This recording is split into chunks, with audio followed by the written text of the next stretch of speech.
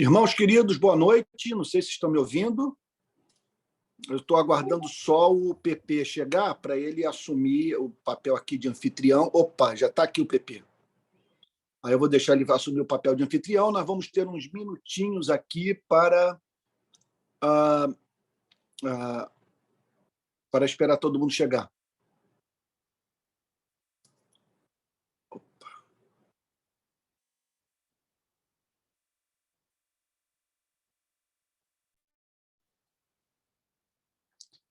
Irmãos queridos, estão todos me ouvindo aí?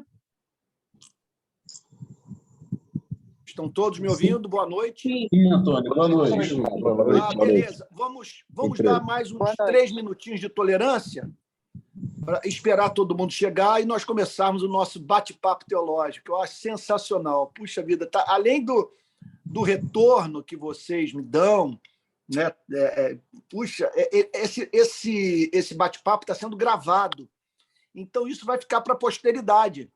Um monte de gente vai assistir e tal. Isso, é muito empolgante, sabe? Muito empolgante. Esse Zoom vai virar curso lá na frente, né? Então, vou esperar o pessoal chegar. Mais 3 minutinhos. PP, você pode ir admitindo aí o pessoal? Já estou fazendo, já. Então, tá bom. Só esperar todo mundo chegar. E aí, a galera, quem tiver pergunta, né? Aí já pode encaminhar para você. Tá bom. Tá bom? Estou pronto aqui. Estou admitindo aqui quem está chegando. Nesse dia glorioso, né? Opa! Fechamos contrato com a Associação Brasileira de Imprensa e agora teremos um local de adoração. Muito bom. Tudo combinado, né? Pois é. Surpreendidos pela graça divina, né? Essa aqui é a verdade.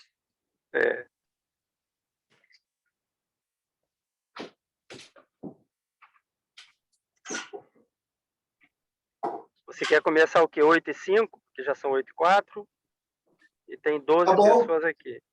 Tá bom, mais um podemos. minuto. Dá mais um minuto, então. Tá bom.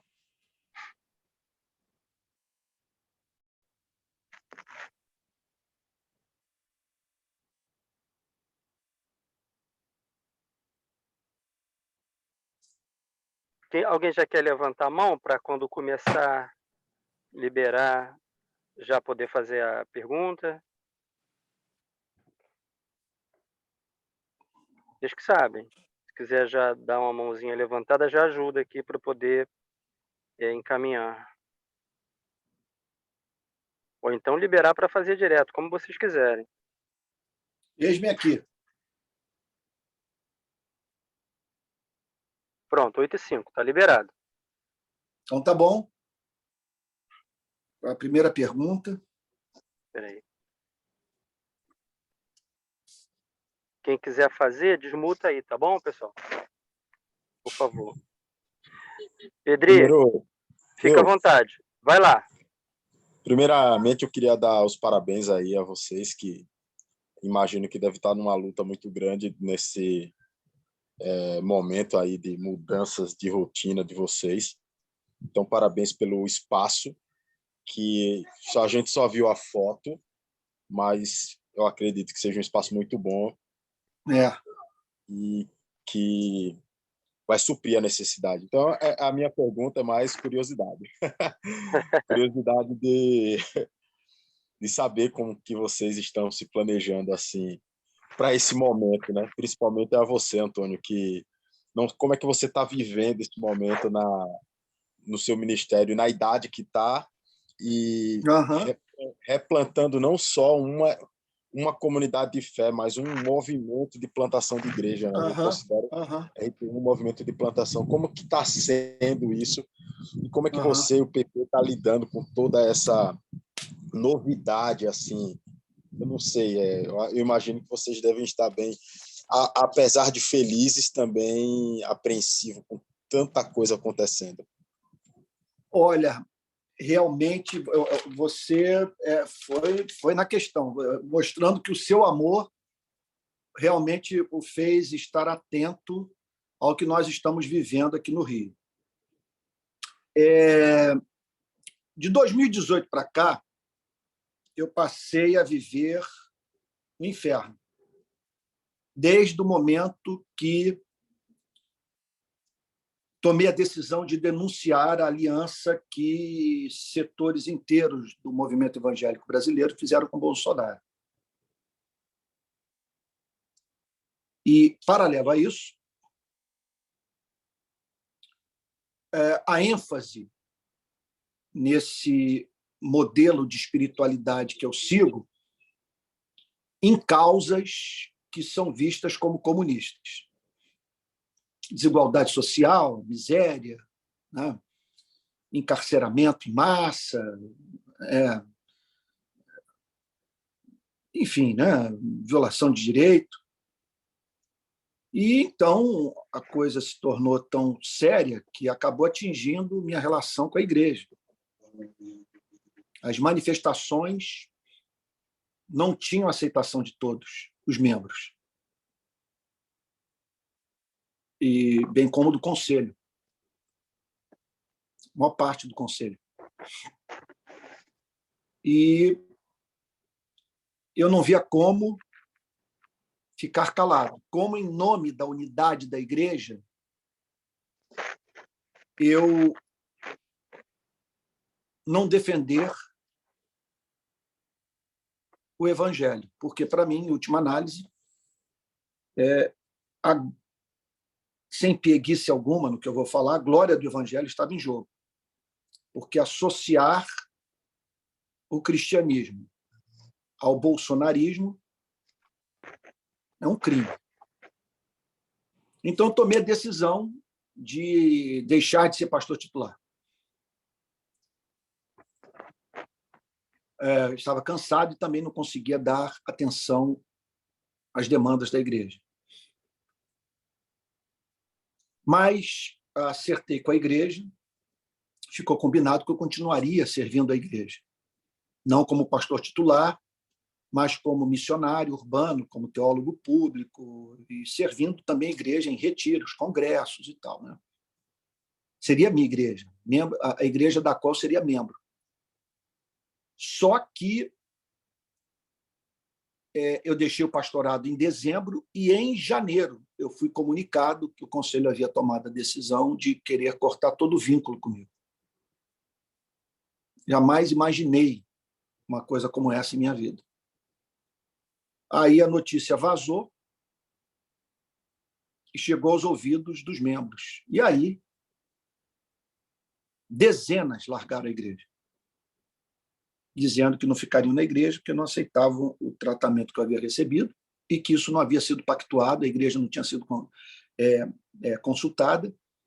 E mais um ponto, eles não queriam se submeter ao governo da igreja e se dedicarem àquela visão de igreja. Uma visão que tem como característica banir do púlpito assunto político. Tem base bíblica para isso. Bom, aí o grupo então, um grupo saiu da igreja, professores de escola dominical, lideranças de grupos pequenos, gente ligada ao louvor e tal, né? Gente que trabalha também comigo em manifestação, sobe, desce morro e tal. Eu falei para o conselho, eu vou cuidar dessas pessoas. Eu não tenho como deixá-las sós, ainda mais que elas deram a maior demonstração de amor que eu recebi em 35 anos de ministério naquela igreja. Elas simplesmente não me deixaram só. E então eu me reuni com elas, tivemos 3 reuniões presenciais, 2 online, se a minha memória não está falhando, e ficou evidente que elas não voltariam para a igreja, que o sonho delas era lutar pela igreja que eu tentei plasmar, forjar ali na Igreja da Barra, e que não consegui. Então, tivemos uma primeira reunião domingo passado, no centro do Rio, escolhemos o centro do Rio por uma série de motivos, né? Estratégico, é de fácil acesso, né? Para muitos que moram na Zona Norte, inclusive, é mais fácil chegar no centro do Rio do que chegar na Barra. E aí, o que aconteceu? Nós procuramos um local para congregarmos e acabou que chegamos na Associação Brasileira de Imprensa. E a Associação Brasileira, eu não sei se o motivo tem a ver com o fato de eu ser jornalista, do Rio de Paz, aquela coisa toda, ela prontamente aceitou o nosso pedido. Acabei de assinar o contrato e começamos a nos reunir no próximo domingo, às 10 horas da manhã. Então, eu estou assim como quem sonha, porque, apesar da decepção, eu estou me vendo diante da possibilidade de ter a igreja com a qual eu sempre sonhei. Sabe? A igreja da resistência, né? A igreja que está no local historicamente dedicado, né? Um local de resistência ao totalitarismo, à ditadura, ao regime militar, né? Às violações de direito, e agora um local onde receberá uma igreja da resistência, né? Que vai resistir ao espírito antidemocrático, à desigualdade social, à violação de direito, à superlotação do sistema prisional e a tentativa de usar a palavra Cristo para desviar as pessoas do Cristo real. Sabe? Então, domingo estarei lá. Eu estou muito feliz por isso, cheio de expectativa, cheio de sonho. Legal, parabéns, parabéns. Valeu, vocês são os primeiros. Você vê o que é esse grupo, né, de discipulado. Ninguém nas redes sociais tem ideia do que está acontecendo. Sabe? Agora, espero que não se cumpra no nosso grupo aqui o que meu irmão costuma dizer: segredo entre 5 só se você matar 4.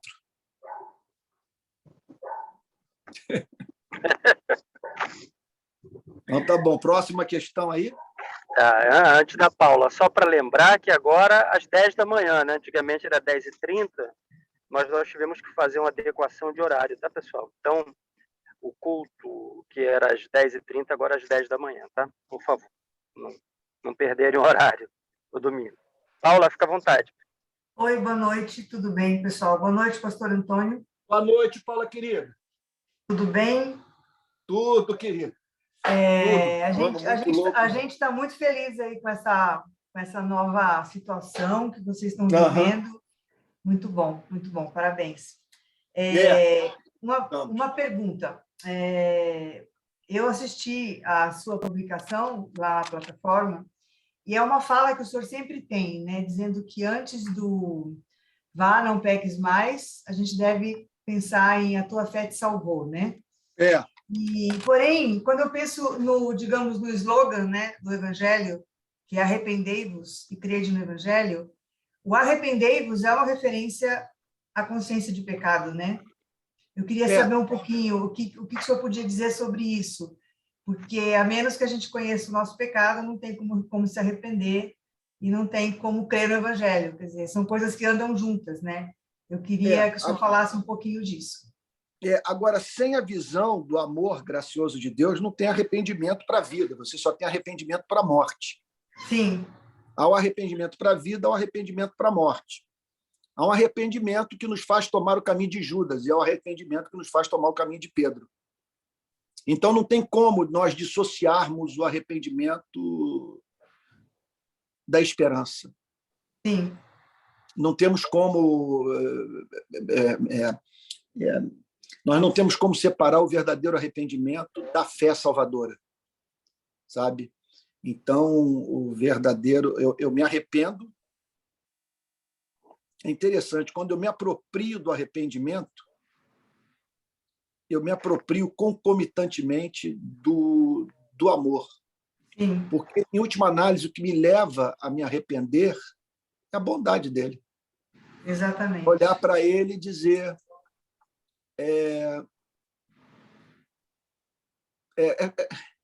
tu não és digno do que eu fiz, sabe? Sendo um ser tão interessado na minha felicidade, e santo, tu és digno do meu amor. E eu pequei contra o amor. Então, esse é o arrependimento. Porque o mote que tem, às vezes, dentro das comunidades evangélicas é só o arrependei-vos, né? Com esse peso da lei, com esse peso da cobrança, de um pecado que jamais poderia ser perdoado e tal. Então, é isso. Isso Então, mesmo. Tem que andar junto, senão não tem jeito. É isso mesmo. Tem um é o arrependimento, né? Que é aquele da lei que bate na cara, que te xinga, te chama de canalha, né? Que é isso que a lei faz. Eu li hoje Desculpe cortar o senhor. Eu li hoje uma reportagem de um fato que aconteceu nos Estados Unidos, numa igreja. A esposa era vítima de violência dentro de casa e o marido abusava dos filhos sexualmente, psicologicamente e tal. E ele tinha proeminência dentro da igreja, e quando ela falou do divórcio, ela foi expulsa e ele se manteve na igreja. Depois de alguns anos, ela conseguiu coragem de fazer as denúncias e ele está cumprindo prisão perpétua nos Estados Unidos, mas o pastor líder dessa igreja nos Estados Unidos continua assim, incólume. Ele está completamente livre e falando dessas coisas no púlpito, e matando pessoas aos poucos, né? Então, ela foi humilhada publicamente, tá? E o cara era um pedófilo, era uma pessoa violenta, depravada, e ela foi punida e ele foi mantido na igreja, e só depois que ela fez a denúncia, que foi apurada, ele foi preso. Então, é complicado mesmo isso, né? Esse relho que está na mão de quem está no púlpito ou no conselho, chamado conselho, é mais um tribunal do que um conselho, né? Então, mas é isso. Muito obrigada, pastor. É isso que eu queria saber. Paula, são os pecados da religião, são os mais difíceis de serem detectados, né? Sim. Porque o contato com a instituição tende a fazer com que nós nos tornemos justos aos nossos próprios olhos. Antes de passar a palavra para alguém, Pepe, desculpa, cortei o senhor de novo. Pode falar, pastor. Não, pode falar. A escola bíblica aos domingos, ela vai ser, digamos, trocada por esse culto das 10 horas? Como que vai ficar? Continua às 9, normalmente. Tá bom, tá. Continua, porque a aula sobre o catecismo de Heidelberg, eu gravo durante a semana, não é em tempo real, né? Tá então, bom. Eu gravo, aí eu posto às 9, e agora que eu vou manter a regularidade, né? Porque, meu Deus do céu, o que eu passei desde que eu comecei esse projeto, eu não tive descanso na minha vida. Não estou dizendo que seja por causa disso, né? Eu não quero nem interpretar de modo místico isso, né? Assim, de uma retaliação das trevas e tal, mas o fato é que coincidiu, né? De eu começar esse projeto e passar por sucessivas tribulações, né? E agora, eu espero que domingo que vem tenhamos mais uma aula sobre o catecismo de Heidelberg, e às 10 horas eu estou lá Mas o catecismo a pessoa pode assistir em qualquer horário, né? É que eu pensei que talvez ficasse pesado, né, para o senhor fazer duplamente isso, né? É muita coisa, mas já que fica gravado, Se fosse um atrás do outro, seria pesado. Tá bom. Seria pesado, mas do jeito que eu estou fazendo, eu gravo, aí posto às 9 da manhã e 10 horas. 9 da manhã eu já estou no Rio, né, para o culto. Né? Tá bom, pastor. Deus abençoe. Obrigada. Paula, querida, você tem sido um grande incentivo para estar aqui. Pode ter certeza. Valeu. Ninguém levantou a mão, eu não vi. Deixa eu ver. Alguém tem pergunta? Pode soltar aí Pode desmutar direto, por favor? E já aproveita e já faz. Eu posso... boa noite a todos. Eu tenho... Joyce. Sim, Joyce. Eu tenho uma leitura que eu fiz há algum tempo atrás sobre o calvinismo, e eu queria repeti-la. É um trecho curto e saber qual a opinião do pastor. Tá bom. Eu não tenho conhecimento sobre calvinismo, porque eu venho de uma linha metodista. Eu tenho conhecimento nenhum. Aham. Só mais ou menos o que eu escuto falar aqui no grupo, né, quando é mencionado. Eu vou tentar ir aqui e deixa eu ver se eu consigo. Dá para me escutar? Dá. Dá. Tá bom. Tá. Então eu vou ler aqui, tá? É um trecho pequeno. A teologia da total depravação diz que toda a raça humana herdou o pecado de Adão e Eva. Não só as consequências, mas o pecado em si. E, portanto, já nasce condenado ao inferno. Segundo o calvinismo, Deus, em sua misericórdia, elege os poucos que serão salvos.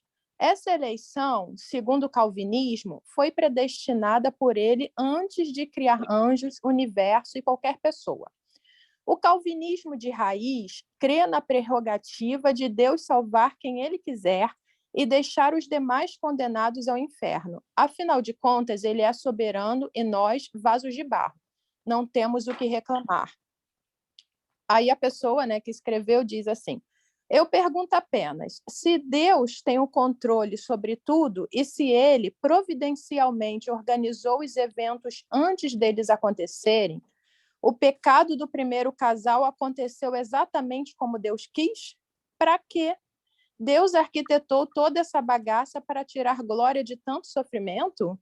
Quem pensa em tirar glória de crianças morrendo em câmeras de gás? Pergunta ainda, se a serpente agiu com liberdade para enganar o primeiro casal, ela tinha livre-arbítrio? Os calvinistas estão certos que Deus queria que uma cobra enganasse e provocasse o desastre humano? Que história mais bizarra.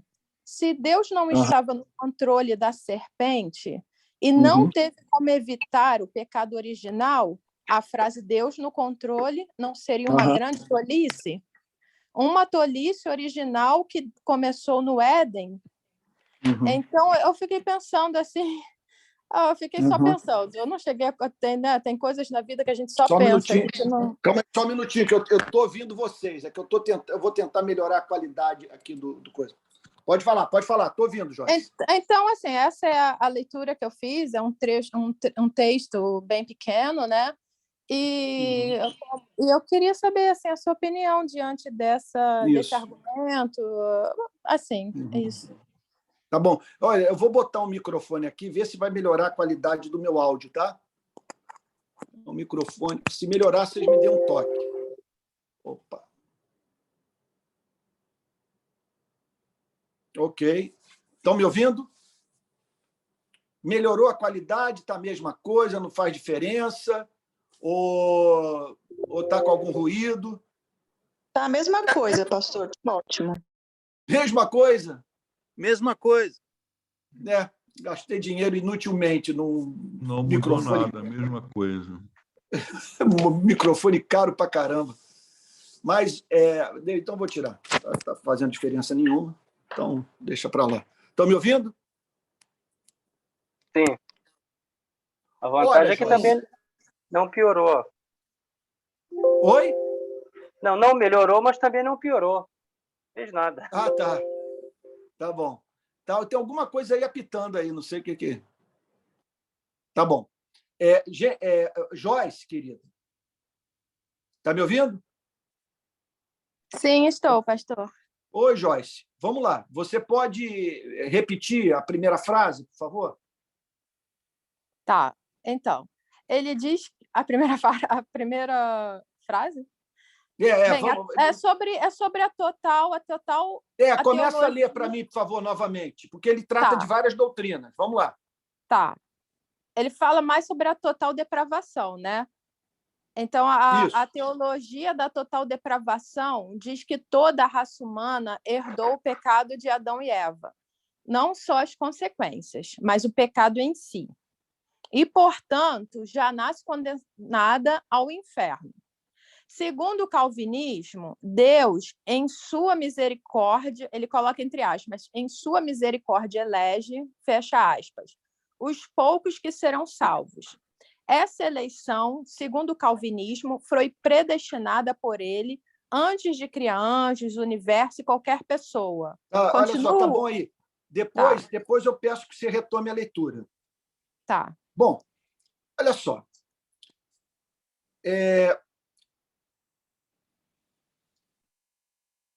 Há duas formas de nós nos aproximarmos desses temas. Quer dizer, duas pressuposições.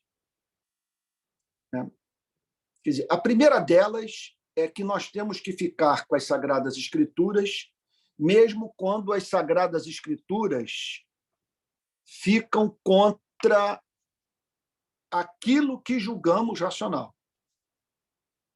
Mesmo quando as Sagradas Escrituras fazem violência ao senso comum. A autoridade é a Bíblia, não o homem. Esse é o primeiro ponto. Segundo ponto é que nós temos que nos calarmos quando a Bíblia se cala e termos a coragem de nos pronunciarmos quando a Bíblia declara com clareza a verdade.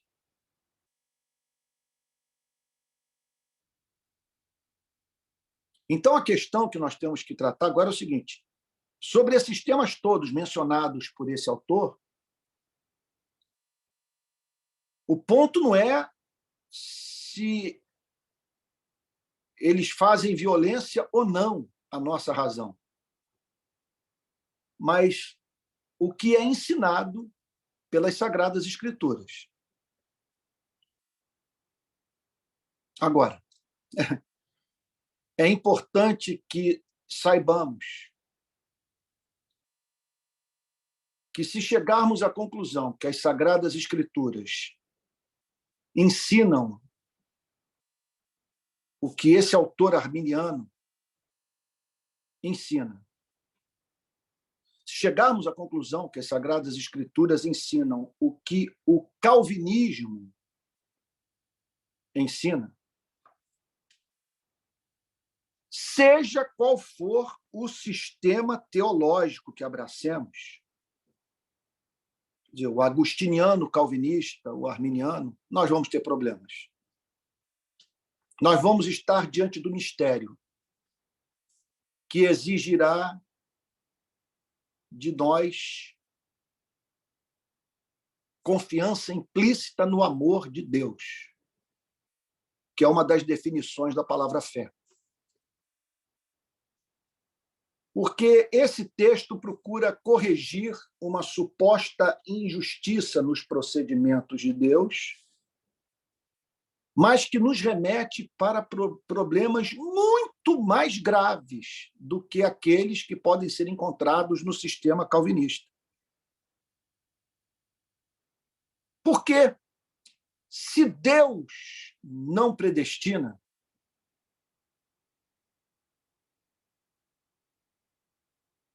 quem predestinou a minha redenção? Qual é a causa final da minha salvação? Por que nós estamos aqui? Nós somos sortudos ou amados? O amor que Deus tem por nós é um amor antigo, que antecede a criação do planeta no qual habitamos, ou esse amor é um amor temporal, fruto da onisciência divina, de um Deus que pôde antever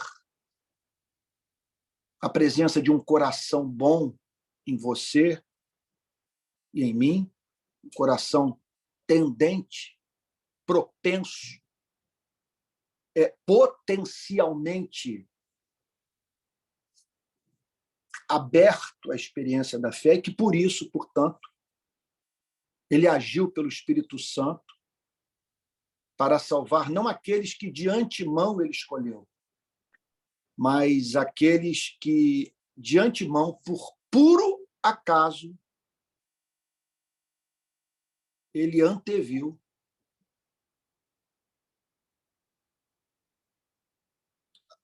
a salvação.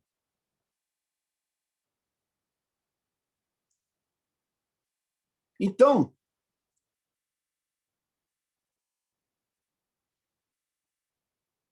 o ponto é tão sério que aqueles que estudaram mais o tema, na perspectiva de fazerem uma boa teodiceia, que significa a tentativa de justificar os procedimentos de Deus, uma defesa dos decretos de Deus, de modo que não seja imputada a Deus injustiça. Esses encontraram como único caminho a negação da onisciência de Deus. Porque se Deus sabia que dentre a humanidade criada,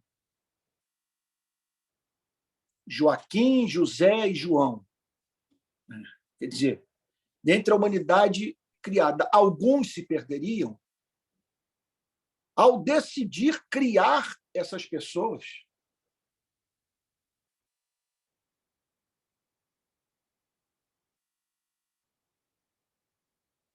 ele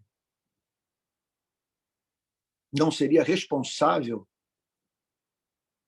pela perdição eterna delas? Nós não temos como negar a onisciência de Deus. A onisciência de Deus nos remete para questões insolúveis. E a principal delas é porque que Deus não salvou a todos. Não sei, eu não fui habilitado a saber. Porque essa é a pergunta que eu faço por arminiano. Sabe? Deus previu a salvação de alguns e a perdição de outros. E o que determinou o destino eterno de um e de outro? Não foi a mão de Deus. Não foi a graça regeneradora de Deus. Não foi o cuidado providencial de Deus. Se não foi isso, foi o quê? Mas se nessa história há a mão de Deus, se nós... Quer dizer, se nós não fomos um aborto, ou não morremos no ventre da nossa mãe, porque Deus assim o quis, não tivemos a vida interrompida na primeira infância, sabe? Quer dizer, se o nosso batimento cardíaco tem sido sustentado esses anos todos pelo poder de Deus, se nós atribuímos a ele a fé, se atribuímos a ele o arrependimento, se nós atribuímos a ele a conversão, se quando estamos de joelhos, nós apresentamos a ele a mais profunda gratidão por ele ter nos concedido toda a sorte de bênção espiritual nas regiões celestiais em Cristo, nós não estaríamos assim nesse culto, prestando ações de graças a Deus pela sua predestinação? Com relação à ação da serpente, é evidente que estava nos planos de Deus e que aquilo não pegou Deus de surpresa. Que Deus poderia ter evitado que ela se aproximasse dos nossos pais e não decretou que assim fosse feito. E por que ele não decretou, eu não sei. Por que ele não salvou a todos? Não sei. Não fui habilitado a saber.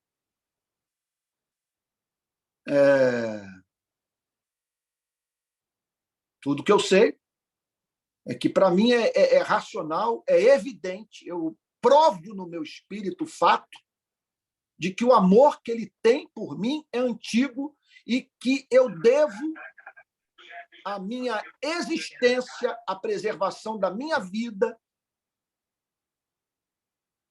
a fé, o arrependimento, o entendimento das Sagradas Escrituras, o amor por Jesus, estar aqui conversando com vocês, eu atribuo tudo isso a ele, eu devo tudo isso à sua graça, ao seu favor imerecido.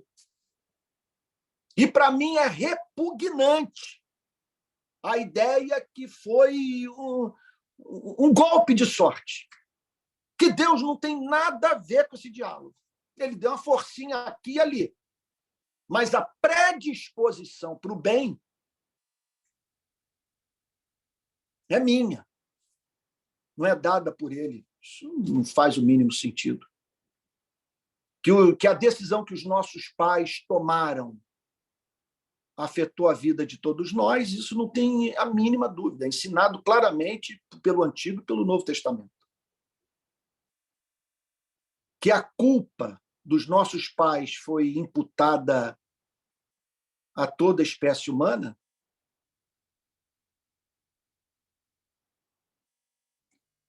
olha só, nós não atribuímos que a justiça de Cristo foi imputada a nós? Em Romanos capítulo 5, o apóstolo Paulo ensina que o pecado dos nossos pais foi imputado a toda a espécie humana que estava ali presente na vida daquele primeiro casal. Aquele primeiro casal foi amaldiçoado e tudo que aquele casal veio a gerar nasceu sob maldição. Você não entende isso, eu não entendo. Eu creio porque excede a minha capacidade de compreensão. Então, se eu pudesse entender, não seria fé.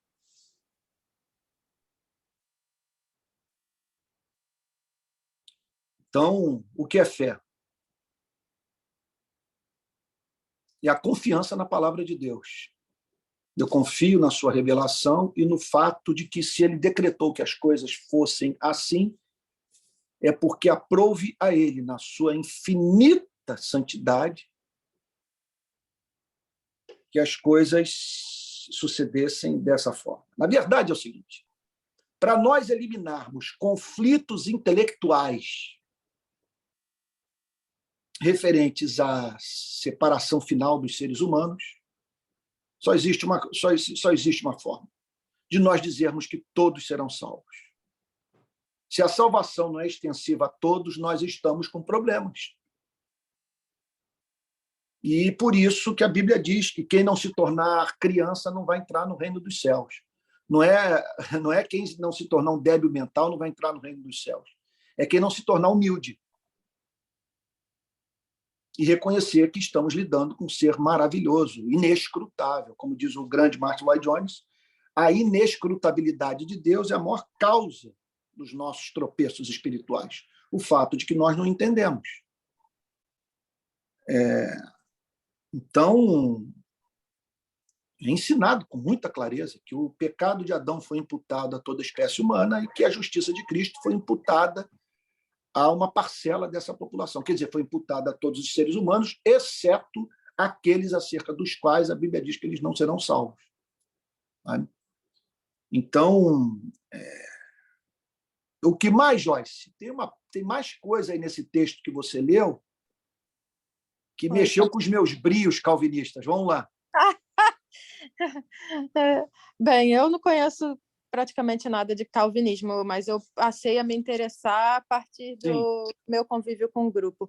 Então, eu fui até que parte? Então, o calvinismo de raiz crê na prerrogativa de Deus salvar quem ele quiser e deixar os demais condenados ao inferno. Isso me mexeu muito comigo, porque eu nunca imaginei... Olha, não tem jeito, Joyce. Isso aí você não tem como fugir disso.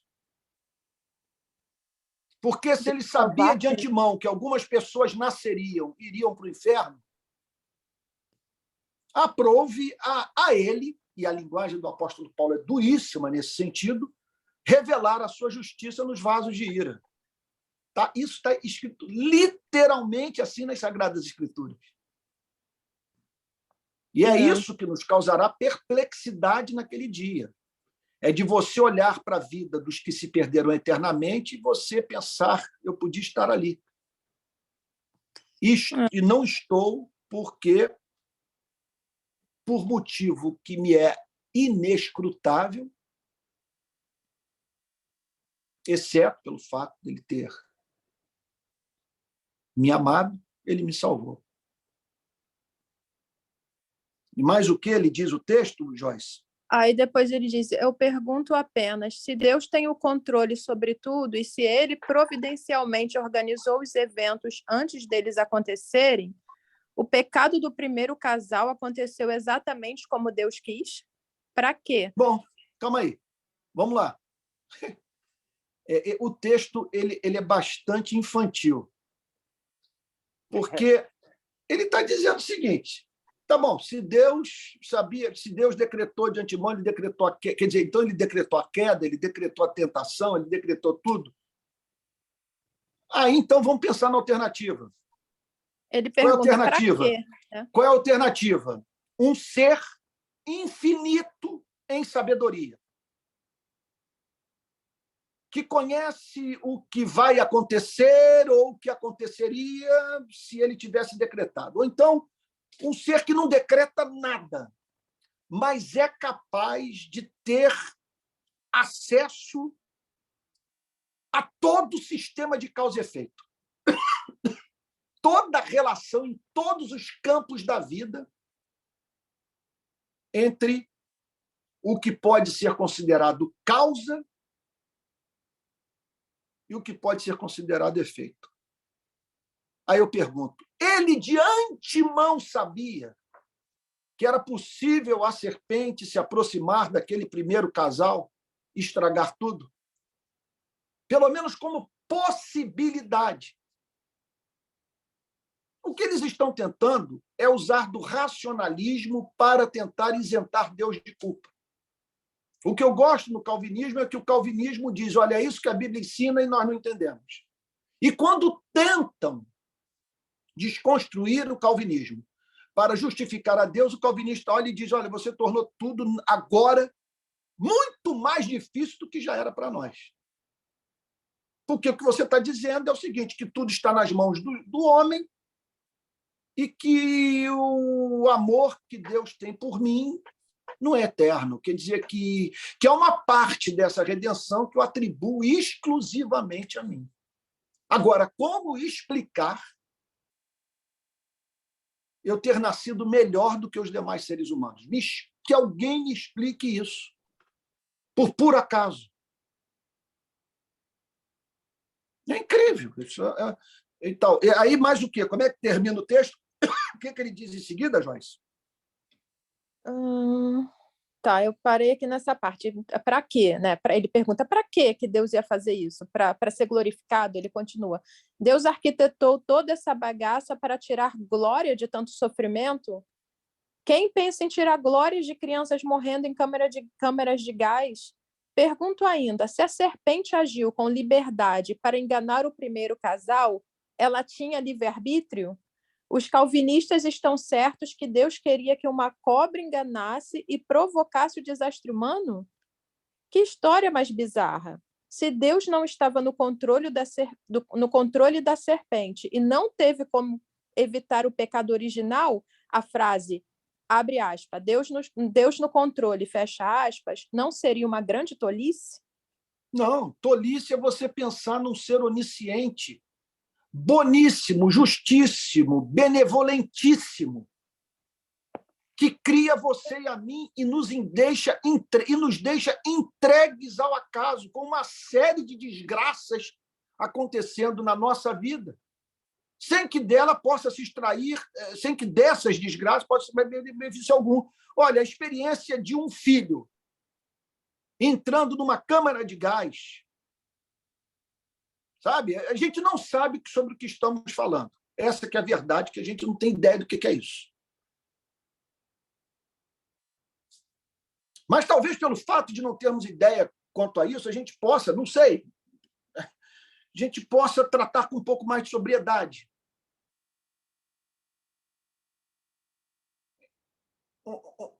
uma experiência dramática como essa.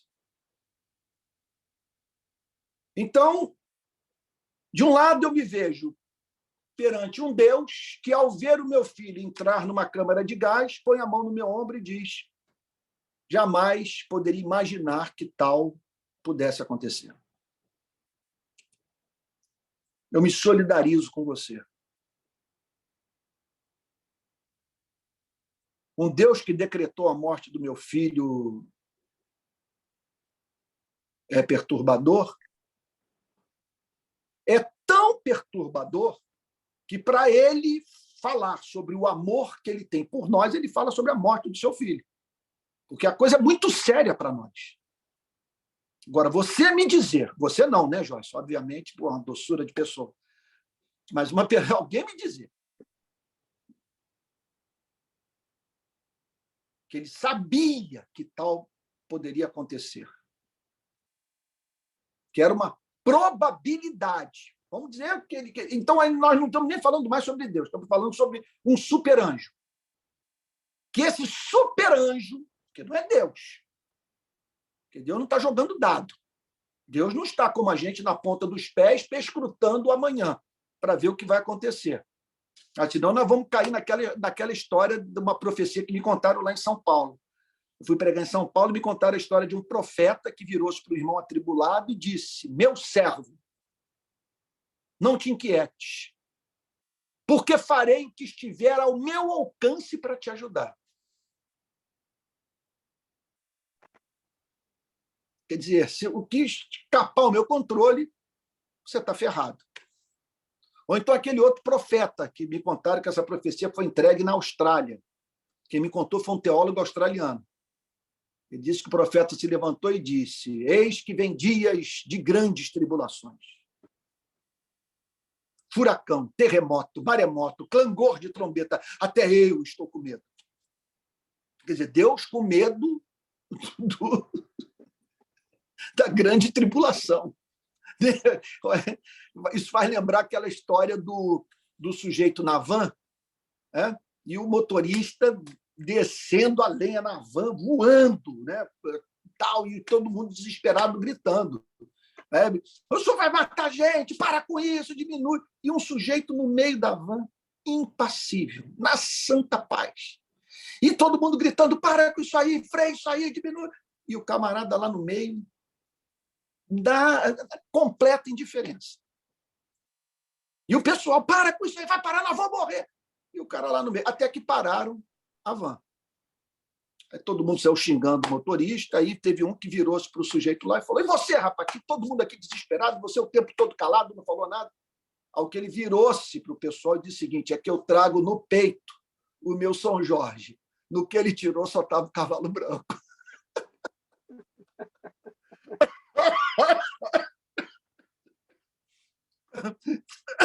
São Jorge tinha dado no pé.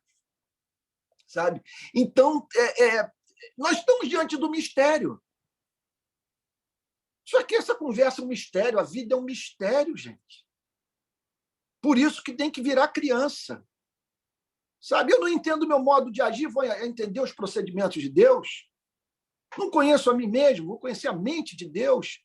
E o apóstolo Paulo não tem muita paciência, não. Assim, vamos assim dizer que o apóstolo Paulo, quando trata desse tema, quando ele fala sobre os decretos de Deus referentes à redenção do homem, ele diz o seguinte: olha,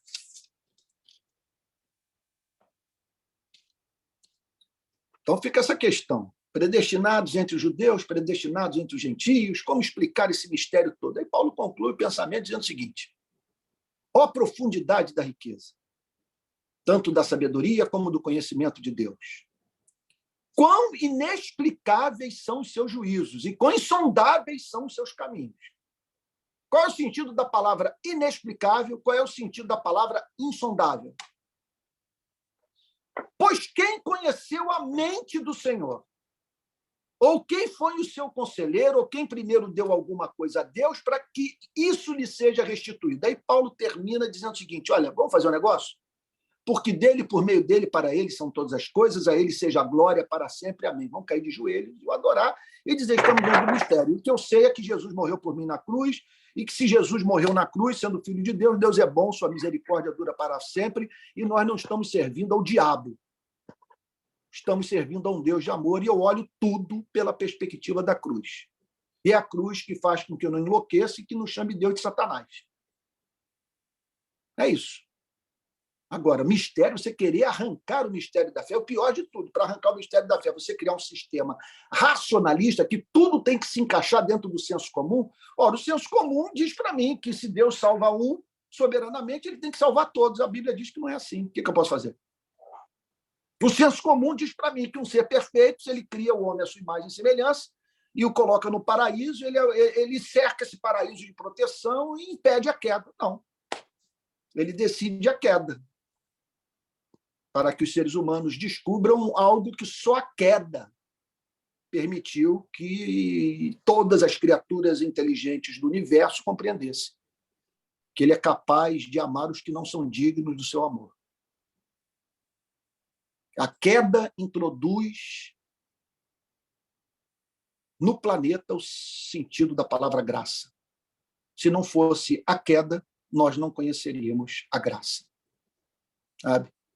Então, é isso. Esse é o motivo pelo qual eu sou reformado. Mas eu não quero ser esse reformado arrogante que fica com o dedo em riste, insultando e tal. E nunca vou me esquecer que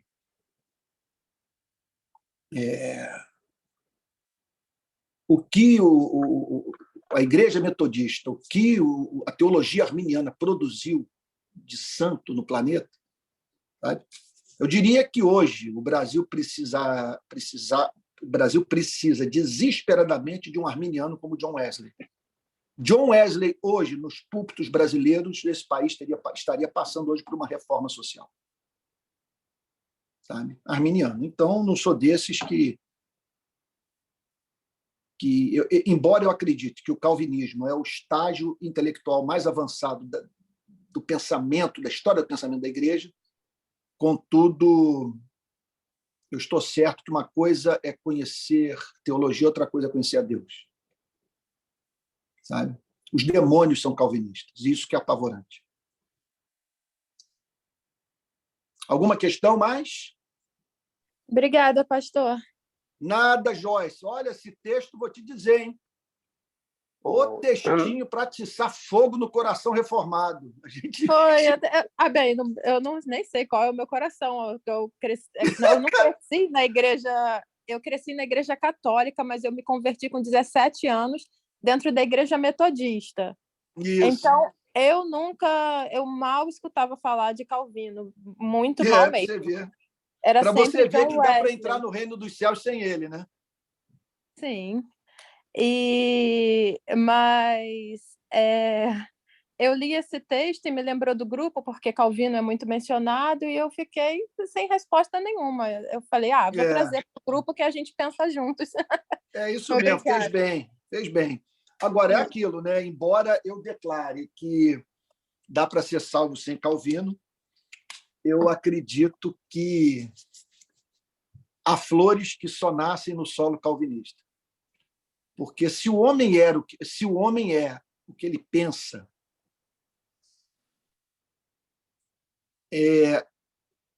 você pensar a partir da fé calvinista, da fé reformada, do sistema calvinista, é alguma coisa que tende a movê-lo na direção da vida mais profundamente humilde, porque você atribui tudo à graça de Deus que está em Cristo. Do ponto de vista da segurança da salvação, não conheço nada mais glorioso, porque você sabe que ninguém poderá arrebatá-lo das mãos daquele que o elegeu. Do ponto de vista da gratidão, nada que nos estimule mais ao louvor, porque o calvinismo atribui todas as etapas da redenção ao amor soberano de Deus. E, por isso, eu acredito que dá para ser salvo sem Calvino. Mas quando esse sistema entra na mente, ele produz uma forma de espiritualidade que, quer dizer, é claro, que ao entrar na mente e atingir o coração, faz surgir uma espécie de ser humano muito especial. Sabe? É um desassombrado. Eu diria que é um desassombrado. É uma pessoa que enfrenta os demônios, o inferno, o mundo, porque ele sabe que Deus é soberano. Soberano no governo do cosmos, soberano na sua redenção. Any questions? Alguma questão mais? Só para completar, Antônio, é o seguinte, o autor desse texto que a Joyce citou, ele defende só para nós pensarmos aqui, ele defende um conceito teológico chamado teísmo aberto, que tem algumas que nega definições, a onisciência. Isso, definições muito simples. Por exemplo, é para a gente entender que ninguém é tábula rasa. Então, alguém parte-se de algum lugar, de um pressuposto. Então, vamos aqui definir rapidamente o teísmo aberto, que é o pano de fundo da teologia desse autor. Por exemplo, ele defende que o conhecimento que Deus tem de todas as coisas não é estabelecido na eternidade, é um dos pontos. O outro, a presciência de Deus não é exaustiva, porque o próprio Deus se autolimita. O seu relacionamento que você citou agora, providencial com o mundo, não é metódico. E acho que a pior parte é o futuro não está totalmente seguro nas mãos de Deus, por isso o teísmo aberto, a ideia de que as coisas vão surpreendendo ao próprio Deus. Então, por trás desse texto, o conceito é esse aí. Talvez essa teologia só seja revista quando surgirem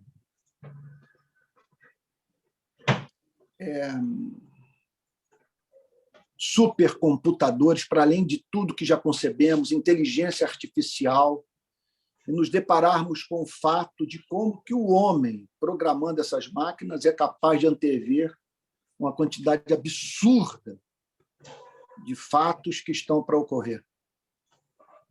Sabe?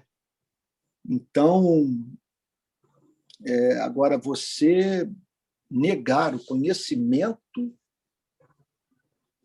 dos fatos futuros por um ser a quem você chama de Deus, eu vou te dizer uma coisa. Se ele não tem conhecimento do futuro,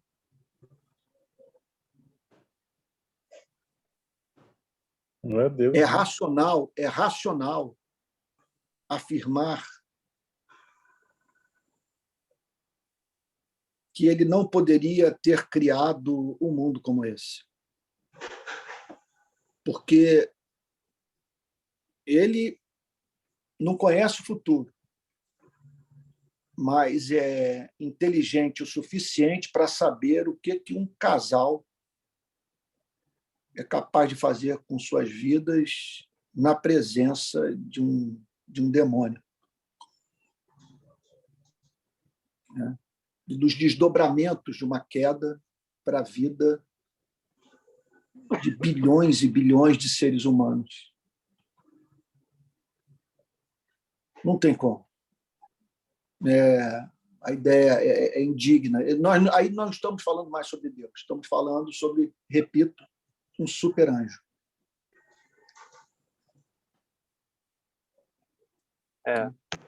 Alguma questão Felipe, mais aí, gente? Sim. Felipe, à vontade. Pode perguntar. Opa. Boa noite, Antônio. Tudo bem? Oi, Felipe, querido. Tive a honra de conhecê-lo pessoalmente domingo. Domingo foi a igreja, né? Puxa vida, agora nós estamos mais próximos ainda do Santos Dumont. Só que você não veio de avião, né? Não. Veio de Buzum. Tá bom. Mas vamos lá, Felipe, qual é a questão aí? A pergunta, eu não sei qual foi daquelas suas afirmações, mas você chegou a falar da questão do não sei se você usou essa palavra, mas do paradoxo da mensagem do Evangelho, né? Por exemplo, aí me veio na mente, né? A mensagem do Evangelho ela fala do juízo de Deus, mas também fala da salvação. São duas Perfeito. verdades diferentes, mas elas não entram em contradição. Isso. Né, a questão do juízo, salvação, a queda, salvação, pecado, a graça de Deus. E aí eu fiquei pensando, nesse tempo de pandemia, eu fiquei estudando, principalmente online, né, teologia, com um pastor que inclusive está em Grand Rapids, né, tá fazendo o PhD dele lá. E um dos modelos que ele ensinou para a gente de homilética, que eu acredito que o senhor conheça, é a questão do modelo do problema, graça e missão. Não sei se já ouviu falar. Por exemplo, no caso seria assim, né? O problema, né, o pecado do homem, a graça, a salvação em Cristo Jesus, e a missão, qual é o comportamento que qual é a aplicação do evangelho que a gente pode trazer para a nossa vida. E o senhor conhece esse modelo homilético? O senhor conhece essa questão do... E realmente a mensagem do Evangelho ela traz esse paradoxo? Olha, eu não conheço esse conceito, não. Falar de homilética é você falar sobre a pregação, né? A homilética é uma disciplina do curso de teologia que trata da arte de pregar o Evangelho. Sabe? Eu não entendi o ponto, sabe, Felipe? O que ele está querendo dizer com problema, graça e missão. Por exemplo, claro, isso é uma ordem, né? De certa forma, é aquilo, né? A pregação do Evangelho apresenta um problema ao homem que a graça, né, que está contida no Evangelho se propõe resolver, e que, uma vez que o ser humano tenha conhecido essa graça, ele se envolve com a obra de Deus no mundo. Se o sentido é esse, isso é bíblico, né? Mas nada assim de especial que não esteja presente nas mais diferentes correntes de pensamento teológico. Né? Tá bom, obrigado, pastor. Tá bom, Felipe, querido. Agora, é bom sempre a todos lembrar, façam as perguntas que julgarem oportunas, que estão engasgadas, por mais que vocês as considerem simplórias, que às vezes elas não são tão simples assim quanto os irmãos estão pensando. Né? Então, eu vou fazer uma, pastor Antônio. Por que o senhor diz que os demônios são calvinistas? O senhor sempre repete essa frase, eu queria entender isso. Que eles conhecem a verdade. Mas, agora, conhecer a verdade não é o mesmo que ser salvo, que conhecer a Deus. Então, Incrível, os demônios creem em Deus, mas não amam a Deus. Os demônios conhecem a verdade, mas a verdade não os comove. Diferente Entendi. de Abraão, né? Que Abraão foi chamado amigo de Deus. Ele creu, entregou Isaac por amor ao seu Criador. Já os demônios têm Deus como arbitrário. Os demônios odeiam a Deus. Não é? Então, quando eu faço uma afirmação como essa,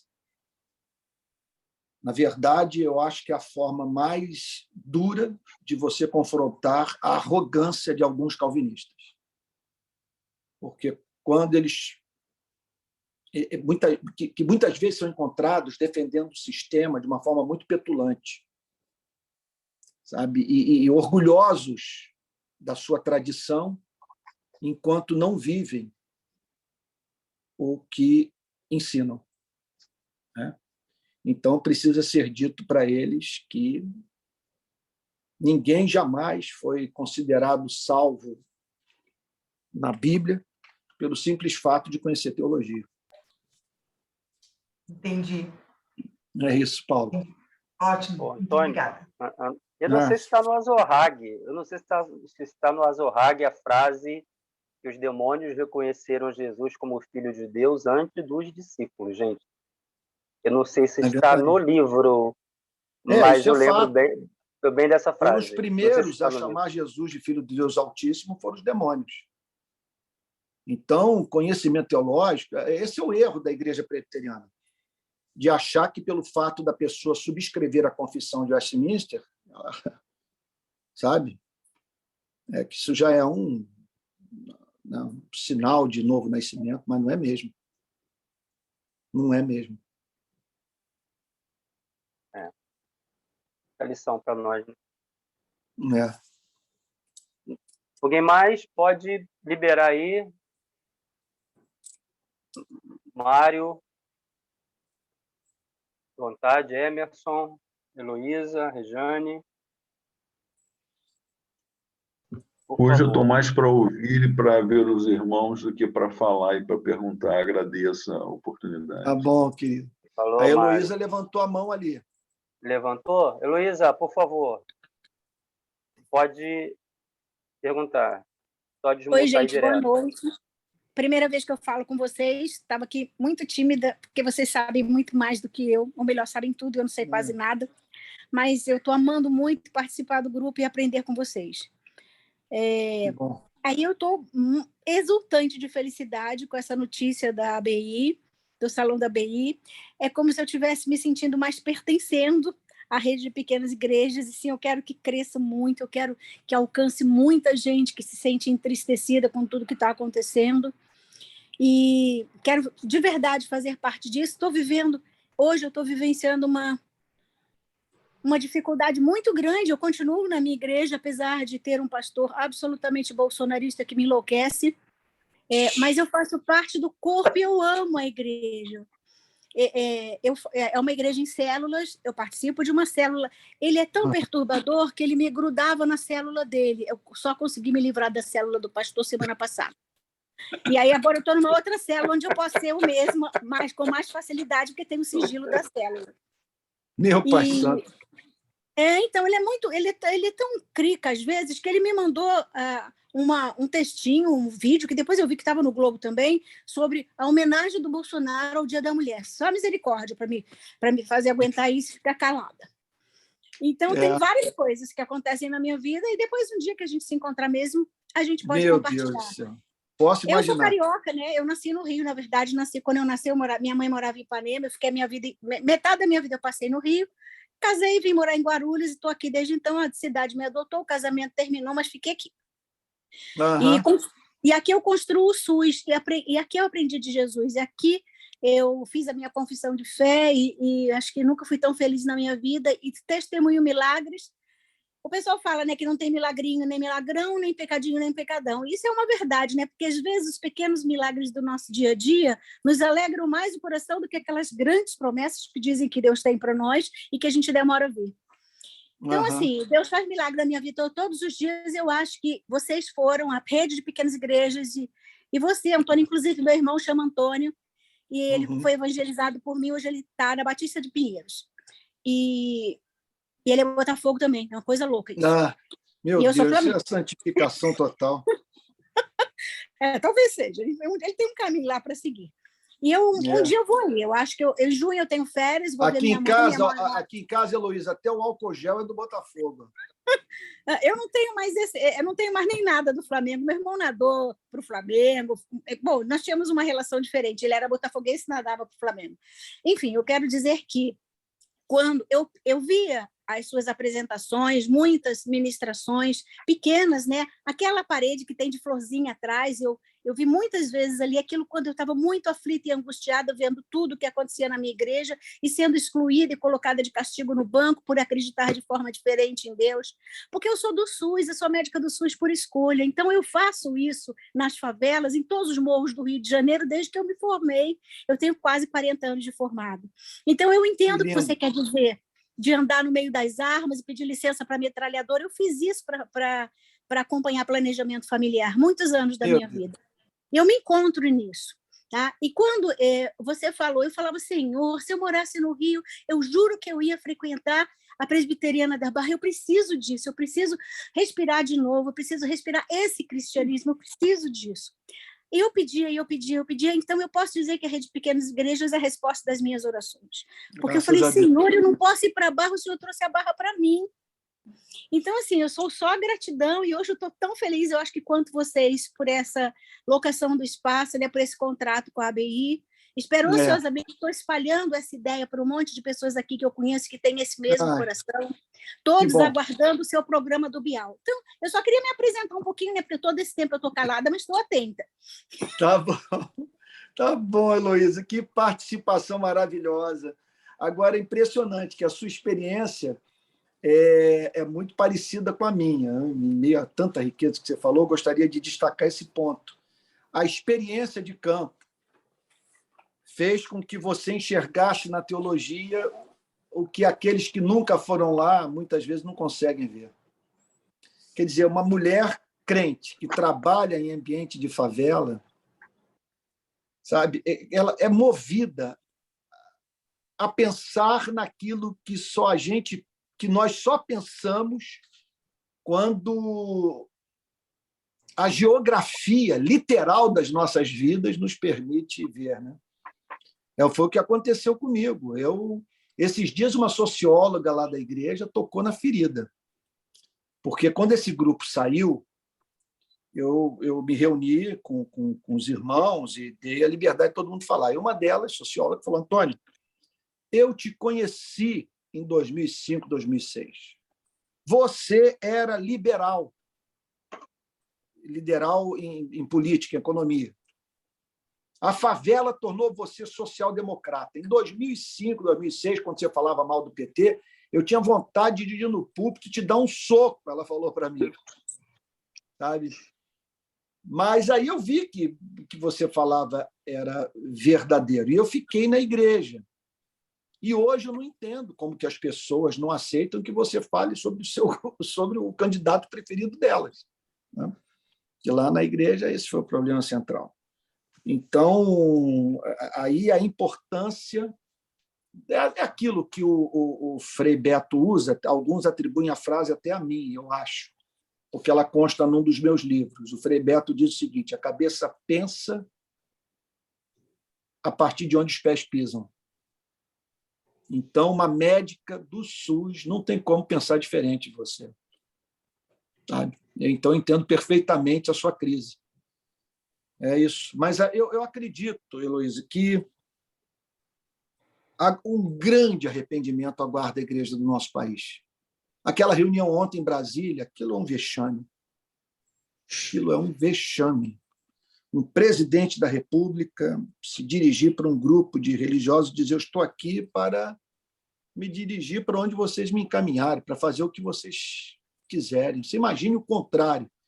Se ele estivesse ali, sei lá, diante de um grupo de muçulmanos, e dissesse para os imãs o que ele disse para os pastores, nós ficaríamos felizes? Né? Então, ele ali violou princípios do funcionamento do Estado Democrático de Direito. E outra coisa, conhecendo as figuras que estavam lá, Deus me livre do país se tornar evangélico, quer dizer, tendo como parâmetro o que está na cabeça daqueles homens. Seria coisa de enlouquecer.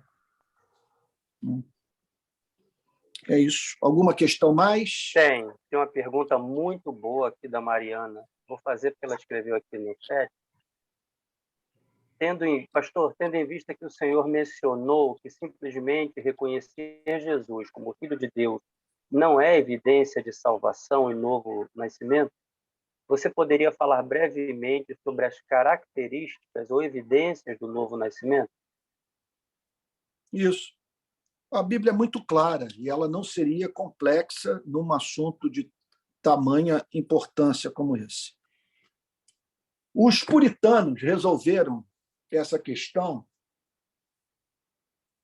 apresentando as seguintes respostas, os seguintes modos de você saber que é salvo. eles falavam sobre silogismo lógico, silogismo prático e o testemunho do Espírito. São 3 formas de você saber que é um filho de Deus. Primeiro, silogismo lógico. Então, a Bíblia declara que os que creem em Cristo estão salvos. Eu creio em Cristo. Logo, estou salvo. Então, essa é uma forma de você saber que nasceu de novo. É aquele hino americano, né? Jesus loves me, Jesus loves me, Jesus loves me, the Bible tell me so. Tell me so. Tell me so.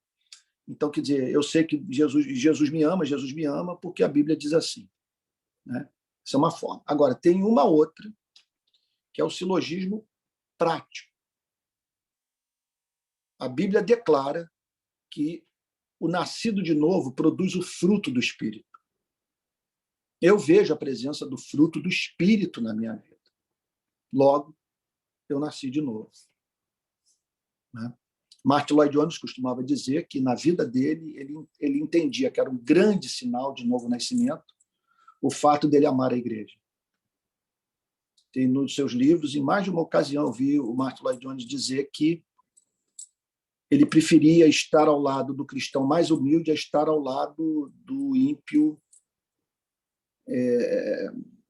mais poderoso, capaz, né? Pudesse ser encontrado.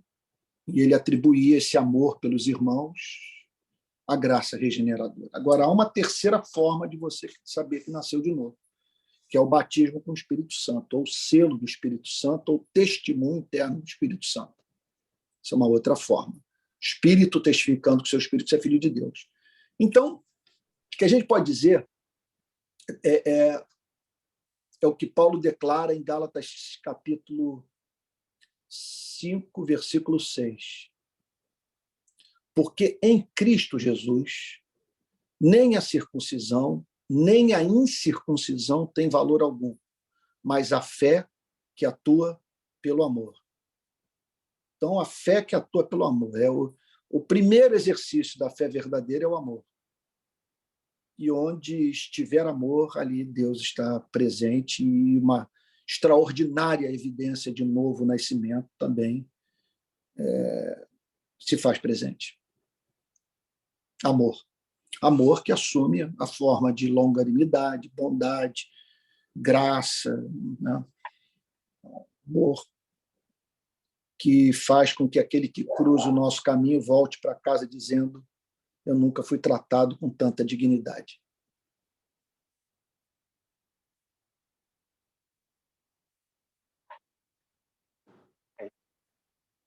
São 9h20, não tem perguntas aqui.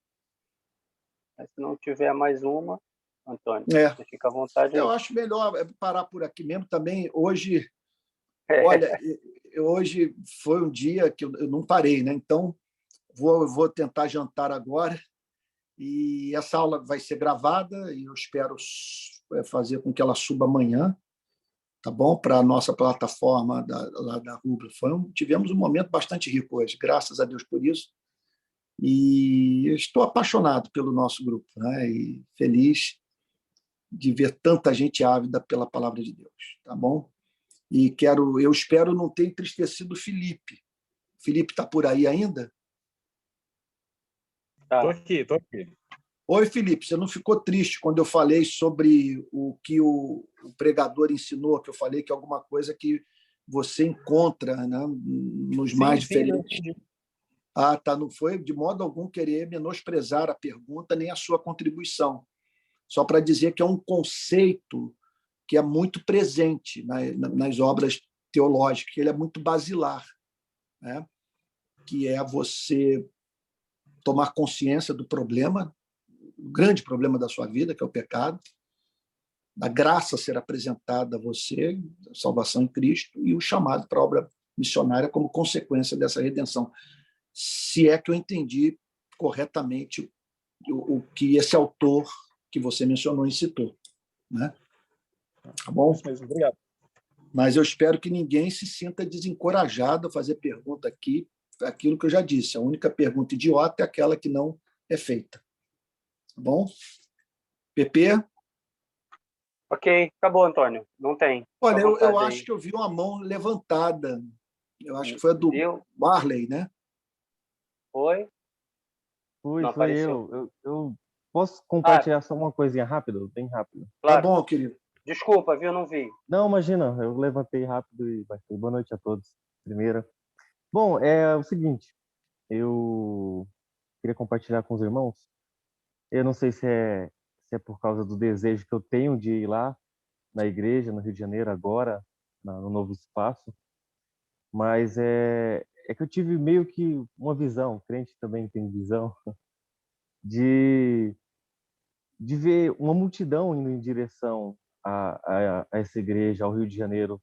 Eu não sei se é porque é o meu desejo que eu tenho de lá, ou não sei se é porque um amigo meu que eu compartilhei, apresentei o pastor Antônio para ele também ficou com desejo de visitar a igreja, de ir lá na igreja, dar um abraço no pastor Antônio e agradecer a ele. Não Olha, sei se é por causa disso. Mas eu tive, não sei se é de Deus, mas essa visão de uma pessoa saindo da sua cidade, do seu estado, de outros países e vindo na direção dessa igreja. Eu acredito que todos os irmãos que estão aqui participando do curso têm esse desejo, têm essa vontade, se tiver oportunidade. Tem amém. muitos irmãos da RPI também que não estão aqui no curso, e também, se tiverem a oportunidade, também vão estar indo lá, eu acredito nisso. Mas, não sei, eu tive essa visão, eu queria compartilhar com Amém. os irmãos. Eu oro a Deus que isso aconteça, e eu acho que Amém. grandes coisas vão sair Amém. desse lugar. Em nome de Amém, Jesus. querido. Vamos, Glória a poxa, Deus. estamos guardando, acho que todos nós aqui, o Márcio, o PP, o Emerson, eu, estamos todos guardando essa palavra no coração. Que seja profética, em nome de Jesus. Tá? Tá bom. Antônio, Irmãos só queridos, para... fiquem com Jesus. Antônio, Joyce, você só... vindo aqui também vai ser muito bem-vinda, Joyce. Tá? Eu Obrigada, acabei de ver. pastor. É Obrigada. só pra... Eu Tá ficar bom. dois, 3 meses aí. Tá bom, Gente, querido. é só para Doutora lembrar... Heloísa, sua participação foi maravilhosa. Maravilhosa. Amei. Tá? pessoal, Fiquem com Jesus, gente. Uma boa noite, hein? olha, só para lembrar, gente, 10 horas o culto, o horário mudou, tá bom? Então, se vocês puderem também espalhar aí, e essa mudança, o Antônio vai anunciar nas redes, mas para a gente ficar atento que mudou para as 10, tá, pessoal? Por favor. Tá bom. Obrigado. Fiquem com Jesus, gente. Deus os guarde. Fique com Deus, gente. Márcio. Tchau. Tchau, Felipe. Boa noite para Tchau, todos aí. Hermes. Um Tchau, gente. abração. Um abraço. Tchau, Antônio. Boa noite. Tchau. Boa noite.